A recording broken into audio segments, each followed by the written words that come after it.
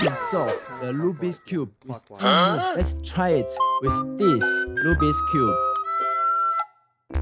1 move, 2 move, 1 move, 2 move, 1 move, 2 move. 2, 1, 2, 1.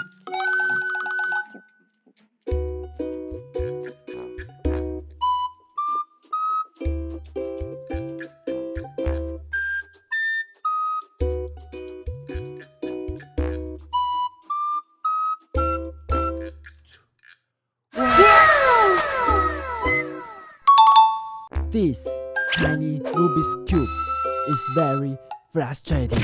It's very difficult to turn, and every time when nearly complete, it just slips away from my hand. But it can only be solved like this.